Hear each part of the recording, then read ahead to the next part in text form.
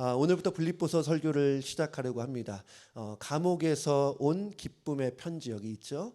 감옥에서 온 기쁨의 편지라는 그 시리즈 제목으로 설교를 하는데요. 오늘은 먼저 이 빌립보서에 대해서 잠시 좀 생각을 해보려고 합니다. 이 빌립보서 여러분 잘 아시는 것처럼 사도 바울이 이 빌립보 교회에 보내는 편지예요. 그러니까 편지를 쓴 사람은 누구다? 바울이고 또 편지를 받은 사람은 빌립보 교회의 성도님들입니다. 오늘 본문은 편지를 보낸 바울과 함께 편지를 받는 이들에 대한 짤막한 소개가 나오는데요. 우리가 이 편지를 잘 이해하기 위해서는 이 편지가 쓰여진 배경이라든지 또 지금 처한 상황에 대해서 아는 것이 좋습니다. 그런 차원에서 오늘 좀 말씀을 드리면요. 이 빌립보 교회는 사도 바울 자신이 개척한 교회입니다. 근데 어떤 과정으로 이 교회가 개척이 되었는가? 이 사도행전을 보시면 바울이 1차, 2차, 3차에 걸쳐서 선교 여행을 다니는 장면이 나오는데요. 이 바울이 2차 전도 여행 중에 특이한 경험을 합니다. 이 바울이 드로아라는 지역에 있었는데 거기서 갑자기 환상을 봐요. 밤에 환상을 봅니다. 사도행전 16장 9절 볼게요.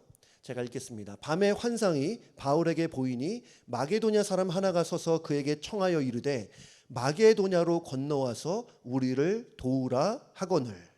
꿈의 환상 중에 지금 음성을 듣는 거예요. 마게도냐로 와서 우리를 도우라. 그때 바울이 깨닫습니다. 이것이 하나님의 뜻이구나. 이것이 하나님의 인도하심이구나. 그래서 바울 일행과 함께 원래 계획했던 곳이 아니라 마게도냐로 이동을 합니다. 이것이 굉장히 의미가 있는 것이요. 이전까지는 복음이 이 아시아권, 중동권, 지금으로 보면 중동권까지 머물러 있었다면 이제는 이 복음이 유럽까지 전파되기 시작한 거예요. 여러분 나중에 이 복음으로 이 유럽 전역이 막 덮이지 않습니까? 그 시작, 그 시점이 바로 이 사건인 것입니다. 어쨌든 이 마게도냐 지방으로 가서 가장 먼저 방문한 곳이 이 빌립보라는 도시인데 여기서 몇몇 사람들을 만나게 됩니다. 먼저는 옷감 장사 루디아라는 여성을 만나요. 아마도 이 여성이 좀 재력이 있던 사람으로 많은 학자들이 추측하고 있습니다. 그래서 아마 재정적으로 이 바울의 사역과 또 교회를 섬겼을 것이다라고 생각을 해요. 근데 참고로 이 빌립보 교회를 보면 개척 때도 그렇지만 이후에도 여성들의 파워가 대단했습니다. 나중에 빌립보서 4장을 보면 이 유오디아와 순두계라는 두 명의 여성 지도자들이 언급이 될 정도로, 여러분 보통 이렇게 여성 지도자들이 언급되지 않잖아요. 성경을 보면. 근데 두 명의 여성 지도자가 언급될 정도로 여성의 영향력이 컸던 교회가 바로 이 빌립보 교회입니다. 그리고 그 다음으로 만났던 사람이 누구냐면 이 빌립보 감옥을 지키던 간수예요. 이 바울과 실라가 억울한 누명을 쓰고 나서 이 빌립보 감옥으로 가게 되는데 거기서 한밤중에 지진이 일어나게 됩니다. 이 지진 때문에 옥문이 열리고 메인 것이 다 풀어졌어요.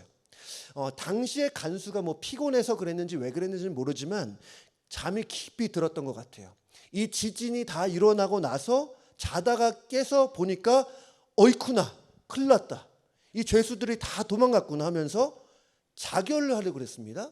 여러분 여기서 우리가 자결을 이해할 수 있는 것은 뭐냐면 당시에 이 간수들이 죄수를 놓치면 바로 즉결 사형이에요. 이 사실을 간수가 알았기 때문에 아마도 자결을 하려고 했는데 바울이 막습니다. 우리 다 여기 있다고. 아무도 도망가지 않았다고. 그러면서 바울이 하는 말이 있어요. 유명한 말씀입니다. 주 예수를 믿으라. 그리하면 너와 내 집이 구원을 받으리라. 간수는 그 자리에서 예수님을 영접하게 되고 또 결과적으로 온 가족도 구원받는 일이 일어납니다. 이렇게 한 명 두 명 예수님을 만나면서 자연스럽게 빌립보 교회가 개척된 거예요. 개척 멤버 당시에 바울과 실라가 있었기 때문에 당연히 포함이 되고 또 루디아라는 여성도 그렇고 또 간수와 그 가족들 또 성경에 기록되지 않은 몇몇의 사람들이 아마 함께 했을 거라고 볼 수 있습니다. 근데 바울이 이렇게 선교를 하고 교회를 개척하는 과정에서 보면 다른 지역에서는 보지 않는 행동을 하게 됩니다. 바울이 기도하러 강가로 간 거예요. 여러분 기도하러 어디가 갈 수 있는 거 아닙니까? 강가로 가는 것 자체는 특이하지 않아요. 근데 보통 바울은 기도하러 어디로 갔냐? 회당으로 갔습니다. 회당에 가서 기도도 하고 또 회당에서 만나는 유대인들에게 전도도 하고 복음도 전했어요. 근데 이에 관해서 특이한 점은 뭐냐면 바울이 빌립보에서는 회당에 가지 않았다는 것입니다. 왜 그럴까요? 아주 간단해요. 회당이 없었습니다. 회당이. 이게 무슨 의미일까? 여러분, 당시에 많은 유대인들이 디아스포라, 이민자였습니다. 그러니까 이스라엘 땅이 아니라 세계 여러 나라 곳곳에 가서 살았는데 히브리 규정이 있었어요. 그게 뭐였냐면 유대인 성인 남자 10명만 모여 사는 곳이라도 그곳에 하나의 회당을 지어야 한다는 거예요. 그러니까 우리가 여기서 유추해 볼 수 있는 것은 뭐냐면 빌립보라는 지역 안에는 유대인 성인 남자가 10명 이하였다는 거예요. 그만큼 없었다는 것이죠. 여러분, 그런 곳에 그리스도의 복음이 심겨지기 시작했던 것입니다. 사실 빌립보가 선교하기 좋은 것은 아니었어요. 빌립보가 별명이 있는데 작은 로마라는 별명이 있습니다. 그만큼 로마 당국의 영향도 많이 받았었고 또 많은 우상이 있었었고 또 대부분 부유했고 또 풍요했어요. 로마가 다스리는 많은 지역이 그랬던 것처럼 수많은 잡신들도 있었습니다. 그리고 제가 좀 전에 말씀드렸지만 사도 바울은 회당에 있는 유대인들에게 복음을 전하는 방식으로 선교를 했는데 빌립보에서는 유대인들이 별로 없어요. 회당도 없고. 하지만 여러분, 저는 바울이 이렇게 개척을 하는 과정을 보면서 이런 생각을 했습니다. 어려워도 하나님의 일은 하나님이 하신다. 하나님의 일은 하나님이 하신다는 거예요. 여러분, 생각해 보면 바울에게 환상을 주신 분도 하나님이시고 영향력 있는, 재력 있는 여인인 루디아를 만나게 하신 것도 하나님이십니다. 억울하게 감옥에 들어가서 여러분 지진이 날 줄 알았습니까? 그곳에서 지진이 나서 감옥 문이 열리고 메인 것 다 풀어지리라 그렇게 예상한 사람 누가 있겠습니까? 아니에요. 그런데 그런 상황을 접하게 되니까 간수가 예수님을 영접하게 되잖아요. 그리고 온 가족이 구원을 받습니다.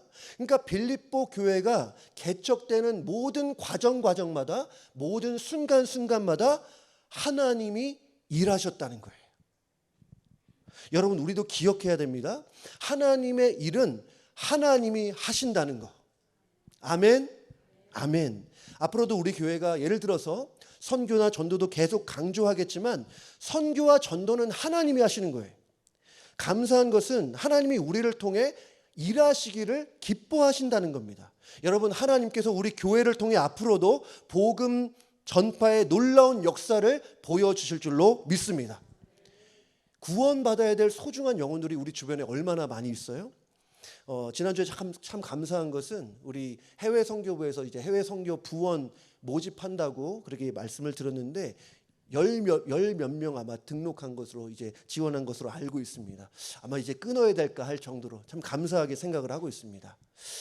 우리가 전쟁이나 기근과 같은 지진과 같은 위기 속에 있는 사람들을 구원하는 것은 너무나 중요한 일이에요.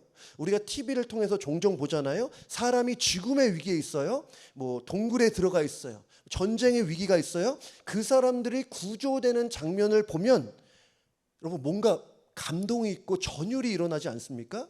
근데 그것도 중요하지만 그것보다 더 중요한 것은 영적인 생명이 없는 사람들에게 영원한 생명 되신 예수 그리스도를 전하는 거예요. 여러분, 그러한 일을 하나님께서 우리를 통해 하시겠다는 말씀입니다. 또한 전도와 선교만 하나님의 일입니까? 그렇지 않아요? 하나님의 일을 조금 더 넓게 보자면 하나님의 일은 이런 것입니다. 제가 정의를 해봤어요. 하나님을 사랑하는 마음으로 하나님의 영광을 위한 모든 일이 하나님의 일입니다. 방점은 모든 일이에요. 하나님을 사랑하는 마음으로 하나님의 영광을 위한 모든 일이 하나님의 일입니다. 여러분, 이거 이렇게 본다면 별거 아닌 것 같아 보이는 설거지도, 우리 갓난아이 기저귀를 갈아주는 것도 별 의미가 없어 보일 수 있어요. 당장은 아이들 숙제를 도와주는 거, 또 손주들 라이드 도와주는 거, 음식을 만들고 식사를 대접하는 일, 모든 일들, 소위 교회 일은 아니지만 하나님을 사랑하는 마음으로 하나님의 영광을 위하는 모든 여러분의 비즈니스, 여러분의 모든 일, 여러분의 모든 섬김이 넓게 보면 하나님의 일이라는 거예요. 그래서 우리가 어떤 일을 하느냐보다 사실 더 중요한 것은 어떠한 마음으로 하느냐에 있습니다. 똑같은 일이지만 하나님을 사랑하는 마음으로 하나님의 영광을 위하는 일이라면 그것은 하나님의 일입니다. 아주 거룩한 일처럼 보여요. 너무 멋져 보이는, 영적으로 너무 아름다워 보이는 일일지라도 하나님을 사랑하는 마음이 없고 하나님의 영광을 위한 일이 아니라면 그것은 하나님의 일이 아닙니다. 여러분, 우리가 하는 일이 정말 하나님을 사랑하는 마음에서 하나님의 영광을 위한 것이라면 그것이 하나님의 일이고, 그것이 하나님의 일이라면 하나님이 힘 주시고 능력 주시고 지혜 주셔서 그 일을 충분히 감당케 하실 줄로 믿습니다. 여러분, 이 빌립보 교회는 하나님이 세우셨어요. 바울이라는 한 사람을 도구 삼으셔서 세우셨어요. 여러분도 하나님의 일에 귀한 도구 되시기를 바랍니다. 하나님을 섬기는 일, 하나님의 일을 잘 감당하시기를 주님의 이름으로 축복합니다. 여러분, 이제 앞으로 매주 수요일마다 이제 빌립보서 설교를 들으실 텐데요. 당분간 한번 빌립보서를 한번 쭉 읽어보시면 좋겠어요. 쭉 읽어보시면 계속해서 반복되는 단어가 나옵니다. 그게 뭐냐면 기쁨이라는 단어예요. 기뻐하다. 이번에 제가 알아보니까요, 기쁨에 관련된 말만 18번이 나옵니다. 여러분, 빌립보서가 그렇게 길지 않잖아요. 전체 4장으로 구성되어 있어요. 평균 잡으면 한 장에 4번 이상 기쁨이라는 단어가 나오는 거예요. 그래서 이 빌립보서의 전체 주제도 기쁨입니다.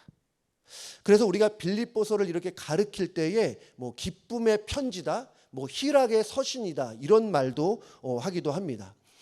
실제로 빌립보서의 주제는 한마디로 딱 한 단어로 표현하면 기쁨인데, 이 빌립보서를 쭉 보시면 이 바울이 이런 식으로 말해요. 기뻐하라. 또 너희도 기뻐하고 나와 함께 기뻐하라. 기쁨에 동참하라는 거예요. 또 항상 기뻐하라, 이런 말도 있고요. 나는 기뻐하고 기뻐하리라, 결연에 찬 말을 하기도 합니다. 이 편지를 보면 온통 기쁨으로 가득 차 있어요. 바울이 기쁨에 대해서 얼마나 많이 말하는지 모릅니다. 여러분, 근데 이것이 얼마나 많이 말하는지 모르지만 여러분, 이것이 얼마나 이상한 일인지 아십니까? 기뻐하라는 말이 너무 이상해요. 사실 기뻐하라고 명령하는 바울 자신도 그렇고 기뻐하라는 명령을 받는 빌립보 성도들도 그렇게 기뻐할 상황은 아니었습니다. 오히려 슬퍼하고 근심하고 걱정할 만한 상황이었지 기뻐할 만한 상황과 환경은 아니었어요. 지금 사도 바울이 어디서 편지를 보내고 있는가? 지금 로마에 있는 감옥에서 편지를 썼어요. 그래서 이 빌립보서를 옥중 서신이라고 부릅니다. 옥 안에서 썼기 때문에 이 점을 감안한다면 앞뒤가 안 맞지 않습니까? 너무 이상하지 않아요? 사람이 가장 고통스러운 자리가 있다면 아마 감옥 아닐까요? 왜? 자유가 없기 때문에. 얼마나 답답합니까? 내가 뭘 하려고 해도 할 수 없어요. 제한이 너무 많아요. 제한될 뿐만 아니라 거기서 지내는 것 자체가 고통입니다. 요즘 감옥이 뭐 가보지 않았어. 어떤지 모르겠지만 확실한 건 요즘 감옥보다 그 당시가 훨씬 더 열악했을 거예요. 또한 우리는 성경을 통해서 바울이 2년 동안 감옥에 있으리라는 것 알고 있지만 당시에 바울이 그걸 알았을까요? 몰랐을 거예요. 그러니까 감옥 안에서 마음이 눌려 있어야 하는 것이 보통이고, 기쁘다, 이게 아니라 오히려 슬프다, 힘들다, 괴롭다, 이렇게 신세한탄하는 게 맞아요. 그게 보통이에요. 그런데 그런 상황에서 바울이 항상 기뻐하십시오. 나는 기뻐하고 기뻐하리라. 여러분, 나와 함께 기뻐하시기 바랍니다. 이런 말을 하는 것입니다. 기뻐할 수 없는 상황에서 기쁨을 말하고 있어요. 여러분, 이것이 기독교의 역설입니다. 또한 빌립보 교회는 어땠습니까? 이 빌립보 교회는 그냥 평안하고 그런 아무 문제 없는 교회는 아니었어요. 빌립보서 3장 2절을 보면 이렇게 말합니다. 개들을 삼가고 행악하는 자들을 삼가고 몸을 상해하는 일을 삼가라. 여러분 쉽게 말해서 복음과 전혀 상관없고 복음을 왜곡하는 사람들이 나왔다는 거예요. 교회 안에서 이단이 나왔다는 거예요. 사실 바울이 이런 문제를 언급한 것을 보면 여러분 이거 굉장히 어둡고 심각한 얘기 아닙니까? 누군가를 향해서 개들이다. 누군가를 향해서 저들은 악을 행하는 자들이다. 몸을 상해하는 일을 삼가라. 여러분 이렇게 심각한 얘기를 하는 것은 이단 문제에 있어서만큼 굉장히 심각한 상황이었음을 우리가 유추해 볼 수 있다는 거예요. 또한 이 빌립보 교회 안에는 분열이 있었습니다. 파가 좀 나눠져 있었어요. 제가 좀 전에 여성의 파워가 굉장히 셌다고 말씀드렸는데 두 명의 여인을 언급드렸습니다. 빌립보서 4장 2절인데요. 우리 같이 읽겠습니다. 시작. 내가 유오디아를 권하고 순두개를 권하노니 주 안에서 같은 마음을 품으라. 주 안에서 같은 마음을 품으라는 것은 전제가 뭐예요? 지금은 같은 마음이 아니라는 것을 알 수 있죠. 한 마음이 아니었어요. 특히 유오디아와 순두개라는 여성의 이름을 말한 것은 여러분 이들이 여성 지도자였음을 알 수 있습니다. 영향력이 컸다는 거죠. 그러니까 직분을 굳이 붙이자면 우리 유오디아 권사님, 순두개 권사님 이런 분들이에요. 그러니까 근데 교회에 이 유오디아 권사님을 따르는 파가 있고 또 순두개 권사님들을 따르는 권사님을 따르는 쪽이 있었다. 완전히 분열되어 있는 거예요. 여러분 다른 일도 그렇지만 교회에서는 일을 같이 하는 것보다 더 중요한 것은 마음을 같이 하는 것입니다. 좀 다르게 표현을 하자면 일보다는 관계가 우선이에요. 물론 일도 중요합니다. 잘해야 돼요. 열심히 해야 돼요. 최선을 다해야 돼요. 하지만 관계가 깨어지고 마음이 모아지지 않은 상황에서 일이 잘 됩니까? 물론 잘 될 수 있어요. 겉보기에는. 하지만 하나님이 보실 때도 잘했다 칭찬하실까요? 아무리 일이 잘 된다 하더라도 관계가 망가져 있으면 하나님이 기뻐하실 수 없어요. 하나님은 눈에 보이는 결과만 보시는 분이 아니기 때문입니다. 우리가 일을 같이 하는 것보다 마음을 같이 하는 것이 더 중요한데 이 빌립보 교회는 두 파로 갈라져 있었어요. 유오디아 권사님을 따르는 쪽과 순두개 권사님을 따르는 사람들. 여러분 이것은 정상적인 상태가 아니고 하나님이 원하시는 상태도 아니에요. 교회에 무슨 파가 있습니까? 제가 최근에 어떤 교회에 대한 소식을 좀 들었어요. 들어보니까 이 교회 안에 어떤 성도님들은 A라는 분의 장로님의 파, 또 어떤 성도님들은 B라는 장로님의 파, 담임 목사 파, 원로 목사 파. 여러분 이런 것은 교회 안에 있어서는 안 되는 거예요. 무슨 파가 있습니까? 파가 있으면 예수파밖에 없어요. 예수파. 우리 모두가 다 예수파 되어야 될 줄로 믿습니다. 예수파 너무 심각해졌나요? 예수파. 문제는 이러한 일이 이 파를 나누는 일이 이 빌립보 교회 안에 있었다는 것입니다. 교회적으로 평안하지 않았어요. 이단의 문제가 있고 분열의 상태도 심각했습니다. 그런데 그런 교회를 향해 기뻐하라. 여러분 기뻐하십시오. 나와 함께 기뻐하십시오. 지금 상황이 얼마나 어려운데 그 교회를 향해 항상 기뻐하라고 말할 수 있습니까?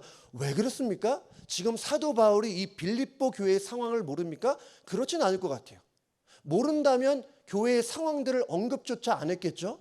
그러면 바울이 공감을 못하는 전형적인 여러분 그거 아세요? T, F가 아니라 T입니까? 일 중심만 그렇게 생각하는 사람입니까? 여러분 뭐 그런 말 있잖아요. 뭐 바울은 일 중심이고 바나바는 뭐예요?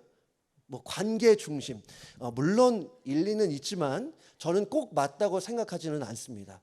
이 바울이 쓴 편지들을 잘 보면 사람들의 이름이 얼마나 많이 언급되는지 몰라요. 특별히 로마서 16장 같은 경우.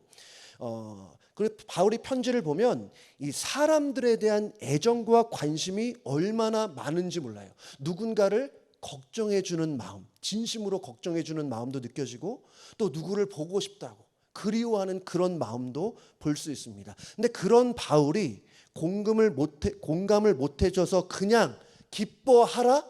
여러분 그러지 않았을 거예요. 오늘 본문에서 바울이 기뻐하라, 항상 기뻐하라고 말할 수 있는 근거가 나오는데 오늘 1절 말씀 우리 함께 보겠습니다. 시작.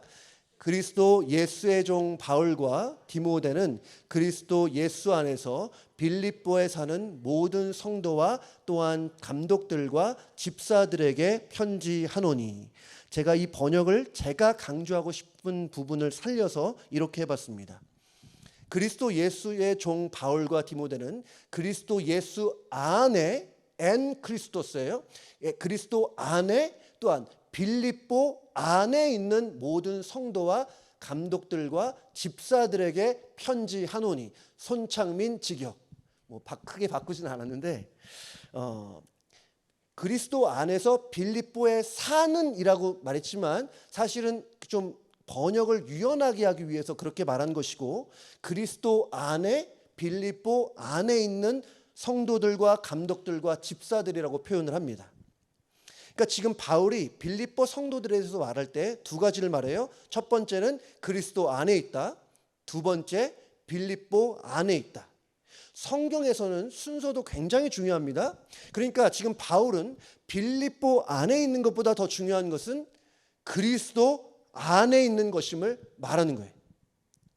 사실 바울은 그리스도 안에 in Christ라는 단어를 다른 편지에도, 예를 들어서 에베소서에 특별히 많이 쓰지만 특별히 오늘 빌립보서에서도 얼마나 강조하는지 모릅니다.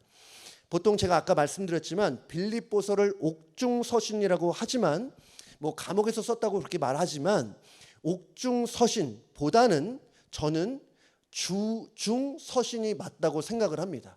사도 바울은 어떤 편지에서도 자기가 감옥 안에 있다고 대놓고 강조해서 말하지 않아요. 오히려 본인이 주 안에 있음을 말해요.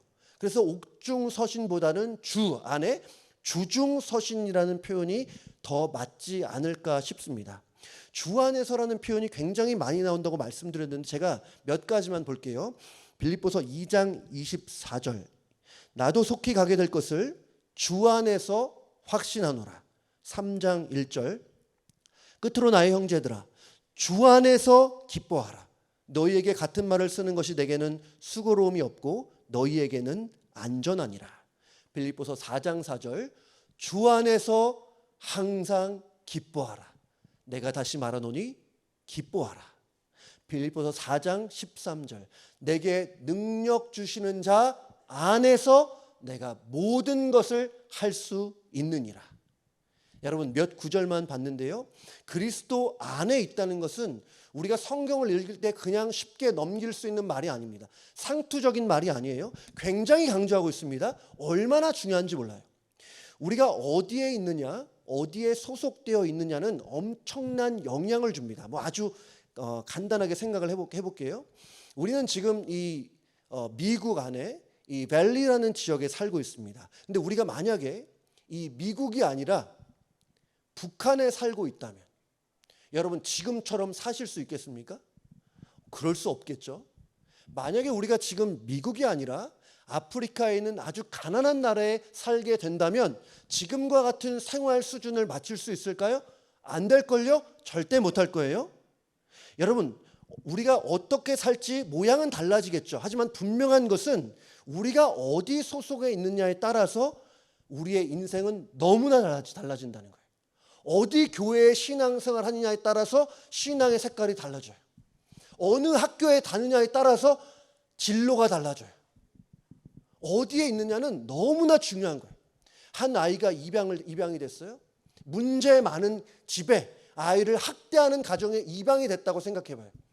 그런 아이와 사랑 많고 아이를 너무나 아껴주는 부모의 그런 집에 입양된 아이, 여러분 달라도 너무 다르지 않겠습니까? 어디에 소속되고 어디 안에 있느냐는 우리의 전체 인생 전부를 바꿀 만큼 중요한 일이에요. 여러분 근데 우리는 한때 성경에 따르면 그리스도 밖에 있던 사람들입니다. 그리스도 밖에. 그런데 주님과 상관없이 살던 사람들이에요. 그런데 우리를 하나님께서 불쌍히 여겨주셨다고 성경이 말합니다. 사랑해 주셔서 당신이 사랑하시는 독생자 예수님을 우리에게 보내주셨어요.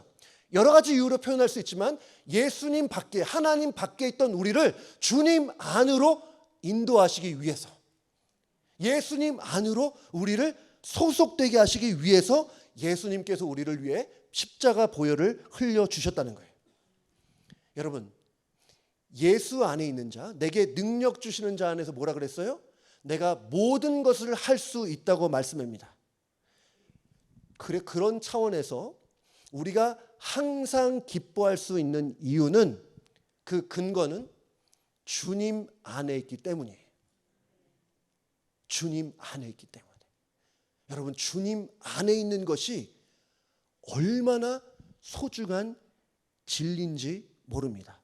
세상에서 주는 기쁨은 한번 생각해 보세요. 굉장히 조건적입니다. 변할 수 없는 것들, 변할 수밖에 없는 것들에 시도 때도 없이 바뀌어지는 것들에 의지할 수밖에 없어요. 예를 들어서 경제적으로 여유가 있다가도 여러분 갑자기 파산할 수 있잖아요. 우리 성도님들 많이 겪으셨어요? 돈은 있다가도 없다는 말도 우리 많이 하잖아요. 항상 건강만 할 수 있습니까? 물론 주님의 은혜로 오랜 기간 건강할 수 있지만 보통 나이가 들면 몸에 이상 신호가 오는 거 너무나 자연스러운 일이잖아요.